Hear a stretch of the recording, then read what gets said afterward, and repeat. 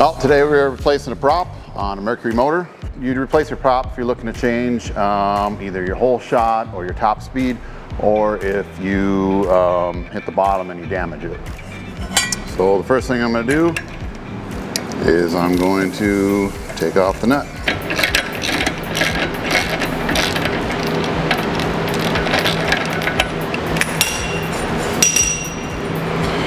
So the single nut will hold the prop on, and underneath there you'll have a captured washer, and this will slide right off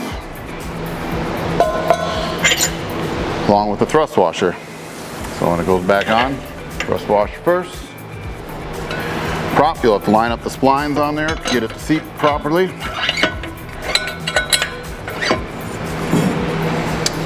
Put your lock washer back in where it belongs. And start the nut.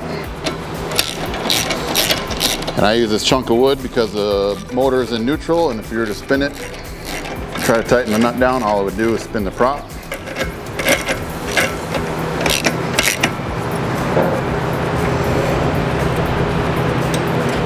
I get it about hand tight.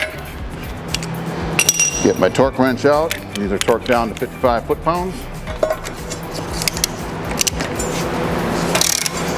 And then you'll go in here and I will tighten down the tabs. They'll lock the nut and washer together.